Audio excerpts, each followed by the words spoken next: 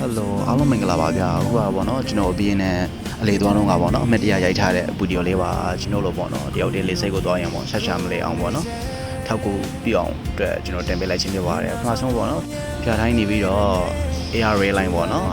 Airlines ရထားစီးပါမယ်ခင်ဗျာရထားရောက်တဲ့အတွက်2မျိုးရှိတာပေါ့နော် Deep Pressure Arrival 2မျိုးရှိကျွန်တော်ထွက်ခွာမယ်ဆိုတော့ပေါ့နော်ကျွန်တော် Deep Pressure White ပုံအဲ့ကနေပြီးတော့ကျွန်တော် patient check-in ဝင်ရမလဲဆိုတော့ရေးထားတာပေါ့နော်ဘယ်နာလဲ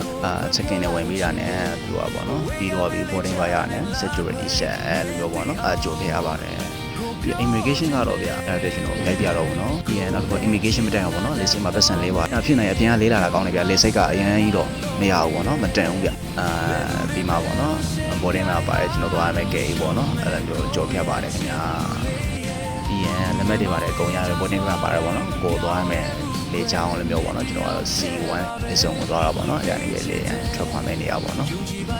ထွက်ခါလေးချင်းမှာအကုန်လုံး PC ညားလေးမှာပေါ့နော်အမှတ်တရတဲ့ပုံလေးတွေရိုက်လို့ရပါတယ်အဲ့ဒါတွေကြိုပြပြီးတာနဲ့ပေါ့နော်လေရံပေါ်ရောက်နေပါပြီခင်ဗျာလေရံပေါ်ရောက်တာနဲ့လေရံလေးတွေပေါ့နော်အဲ့လိုပေါ့ပြောတာပေါ့နော်ဘယ်လိုစာပြင်အဲ့ဒါလေးကြည့်ပြီးတော့ပေါ့နော်အမေအစားကြိုပြပြီးတော့လေရံ